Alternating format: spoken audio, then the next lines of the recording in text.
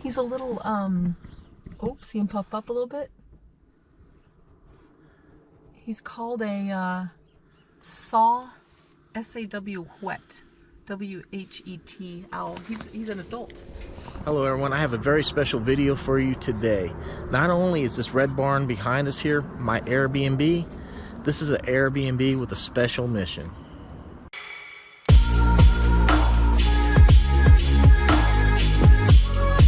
Hello everyone, welcome to Boise, Idaho. This is where me and my wife have been staying, and here, this red barn, originally built in 1910.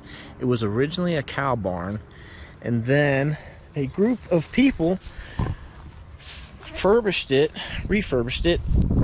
made the top half an Airbnb, and the downstairs has a very special mission.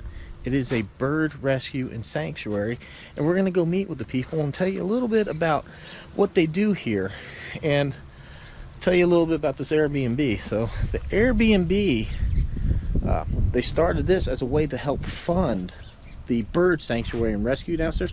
They've also branched out to a mammal rescue, so they have a bunch of raccoons right now.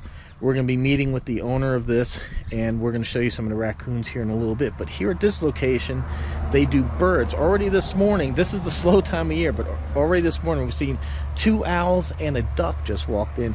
So this is slow. They don't have a lot of animals here, but I still feel like you can get the purpose of the mission here and what it is. So to me, if you're going to be staying in Boise, I would recommend, not only is this a beautiful location, the mission alone of what this place does, help rescue injured owls, ducks, and any kind of bird, makes it that much more special, and you can help support that kind of mission. So let's go in and see what this place is all about. And we check them out, we see what's wrong with them, see what we can do for them, and then, I mean, like a lot of them, when we're really busy, they'll go into one of the 2 baby rooms. We kind of separate them by the species and how loud they are.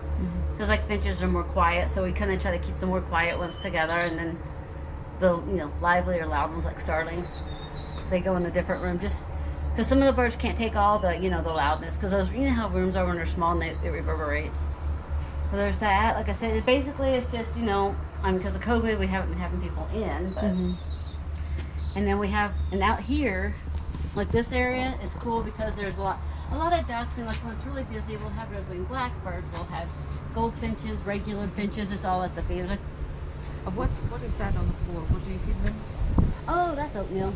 Oh, okay. The ducks like oatmeal, so yeah, so it's just one of the things we feed them.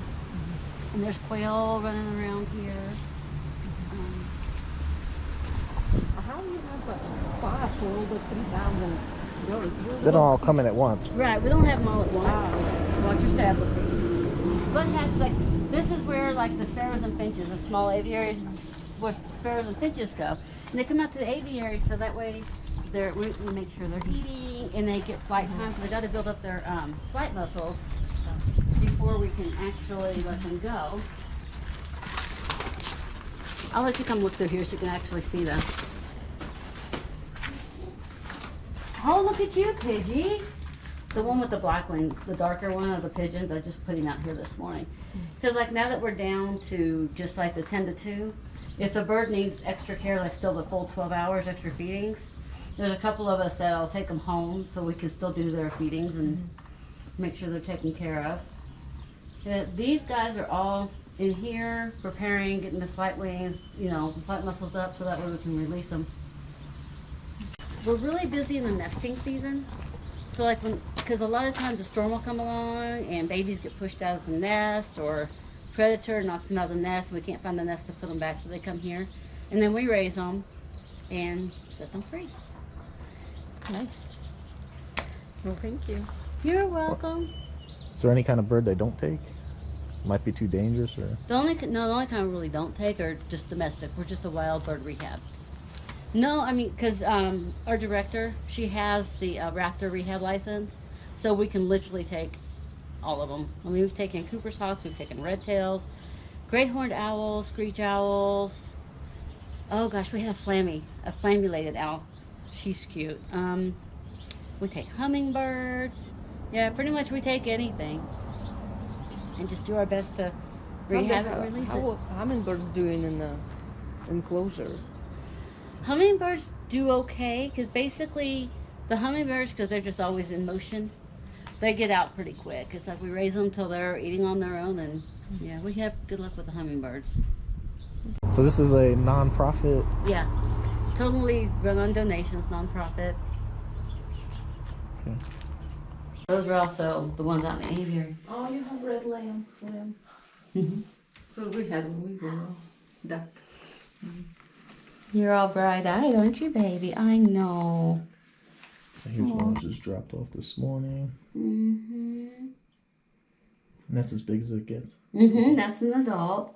It's a saw-whet, northern saw-whet. I didn't know owls were that small. Yeah, and there's actually ones even smaller. Be careful. It's not domestic animal. Right. They're not something we can pet. No, I'm not petting it. Yeah, don't. If you come over here, you can see the little fuzzy feet. Like, just remember he's injured, so. But yeah, he's one. I was letting him kind of chill for a little bit after his car ride. I can't really open this up because these guys are crazy, but that's a pigeon. I can see through And then it's another one of the doves. This one's a morning dove, but I can't open it because he's crazy. They do that. I just have to cover him back up. That's just what doves do. You're fine. So you process 3,000 birds a year, or? Yeah. Oh, wow. We really do, because I was putting them in. We're pretty much at the 3,000 mark, and we're not, totally done with the year yet.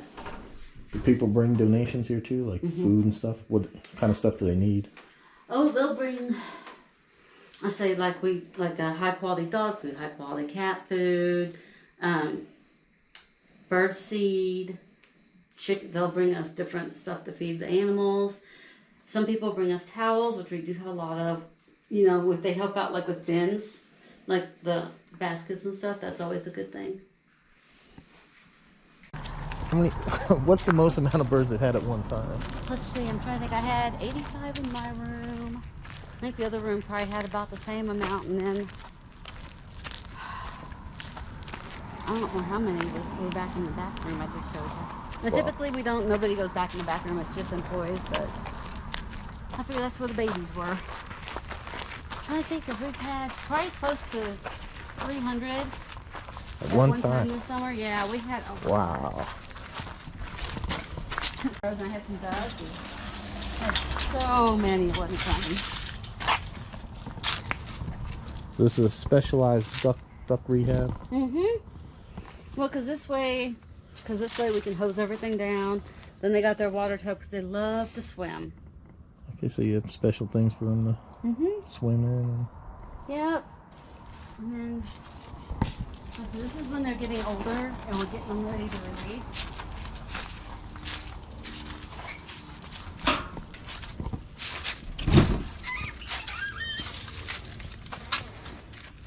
And then this is where, when they first come in, this is where we bring them in. Look, they spider been did some stuff in here. But yeah, we have the heat lamps and we have a special way to fill their bins.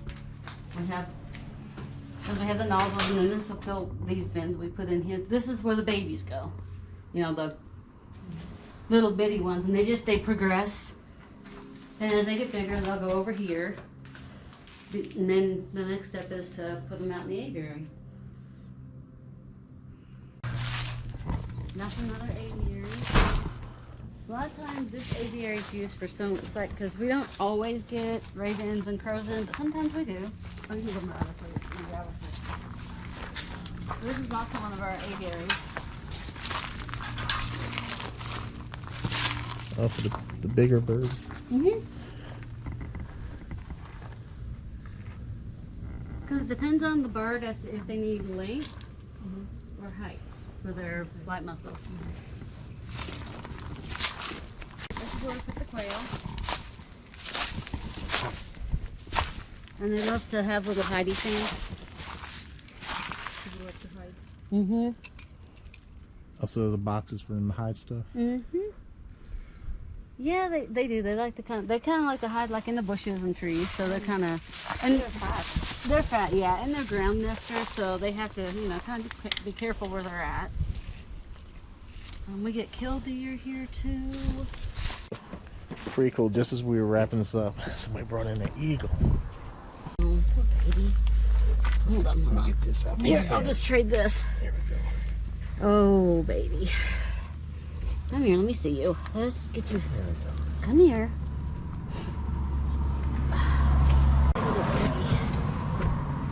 So you think it's a broken wing?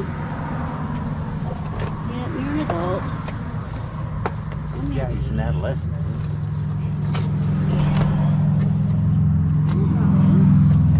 We'll just leave that with you. How's that? Yep.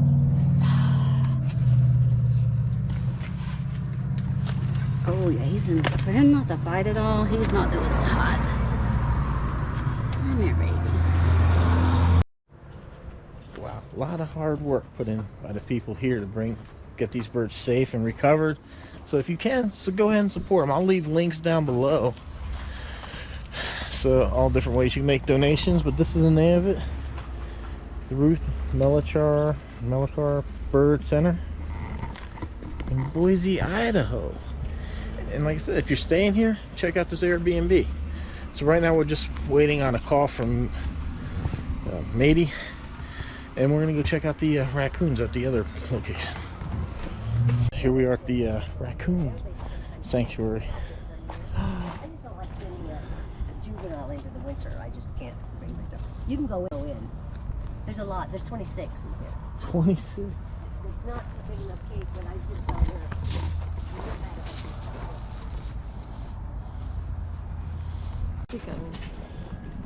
Who's gonna Look at him. Do you have raccoons in Alabama, Florida? Do you have raccoons? Yeah. I can't even think. Yeah. I've seen them in Costa Rica. Are yours browner? Because they don't. Because it's warmer. You know, these guys don't hibernate. But so you can. Nobody's just gonna come up and bite you. Hi. These dogs, they shouldn't be this friendly. They get released in the spring. We do a soft release where they get set up in a cage. They The smell my property shoes. owner like opens they- the gate, Oh, you know, and continues to put food out. But we winter them over. What are you doing? No, no, no, no. We're no. playing. And we want to see what's going on. So the gals who come out That's here, a I'm dog. getting a little old. Yeah, I I said, this smell is my dog. 34th year, so And I said, you guys quit talking to them and being nice because they'll get better. It'll be better, but they are cuter than hell. So I originally had all these as teeny little bottle babies, and then we got them out here. That must have been Sneezy, the one we call Sneezy. What? They're very curious. They're cuter than cute. You ever handle possums? I have one right now in my house. We don't have them in Idaho, and so they consider them non-native, and so they want to kill them. Oh yeah, yeah. So that lady was saying that. I told you that actually on the phone. You just get mixed up. Yeah. She wouldn't know about possums. So Oh, anyway, so I thought she said. this one came and did its play dead thing, and they let off this smell that is unbelievable when they're playing dead out of their bottoms. Anyway, but it's fine. I've got a place for it over in Oregon. It came from Idaho, but I think it was brought across the Snake River, and I just. Are they safe to just pick up and kind of get out of your yard? Well, I usually get stuff with a net. I wouldn't just pick up anything except a bat.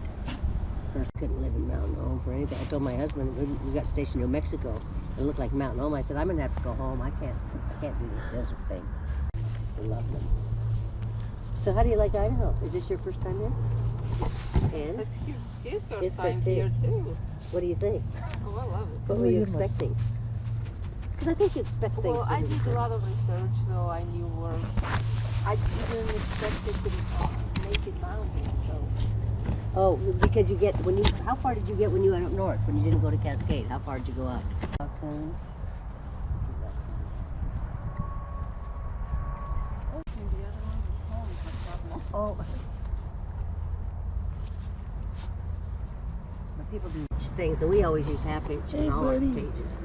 Yeah, we had snakes getting up in our aviaries up at the bird center where you're staying a couple of times in some places. So, but What else are you gonna Well, there'll be coyotes, there'll be foxes, badgers. I mean, when we have them, and badgers, rock chucks, yellow-bellied marmots, rock chucks, the same thing.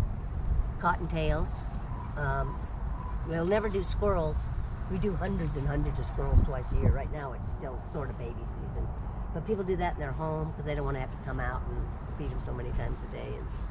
But you name the animal, we do it. We don't do bears. There's a gal in town who does bears. She actually just died, but she has a person taking over. And she was as I was, she and I and my sister were founding members of this whole group. There's a brochure up at there where you are. Busy, busy, busy, busy. Let me bite on that and see what I can do. She makes the noises that when you do that. I did it almost. I can't do it. I love that noise. So that was so cool, playing with all the raccoons. Now this isn't something that they normally do for people. When I booked the Airbnb and I saw their mission, I asked if I could help them out by making a video and try to promote what's going on there. Because really, as an animal lover, I love what they're doing.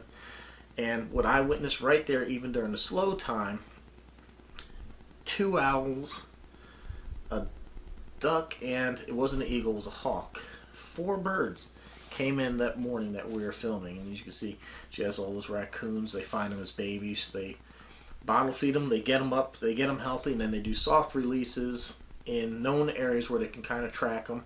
That way if there's any issues, they can kind of get them back. I believe that's how that works. So this isn't something like a SeaWorld where they find that stray animal and it gets put into a dog and pony show. They rehab these animals and they are set free. That is their goal, to keep them wild, not maintain them as pets, not to raise them for anybody to have as pets, but to be released at the wild. The volunteers there will even take animals home because they need extended amount of care and treatment and looking after. So a lot of respect for all the volunteers and the people that are doing this there. So I will leave links down below to their Facebook page and other ways to contact them if you want to help support that. And if you're in Boise, it is a beautiful barn. I'll leave a card up here to my video where I did like a whole layout of the Airbnb, and I'll leave a listing to the Airbnb down below too if you want to just look at the pictures of it. Absolutely beautiful. A little backstory, she told me that when they acquired the property, that barn was leaning at like 17 degrees. The upstairs was just kind of like bare wood and a pool table, and they refurbished it beautifully to make the upstairs the Airbnb, and then the downstairs is the rescue. And I think it's quite amazing. You got beautiful sights from the Airbnb, front and back. You have a balcony in the back. You're just minutes from almost anything in Boise. It's like just on the outskirts of town. So very beautiful setup. And I mean, what better way to support such a good cause? You rent the Airbnb and that money goes to the cause. It doesn't line anybody's pockets. It goes to help the animals. So it's kind of a win-win. You get a beautiful place to stay and you're helping the animals out. So hopefully you enjoyed the video. Really do hope you'll support their mission down there. So thank you for watching, and hopefully we'll see you on our travels. Thanks for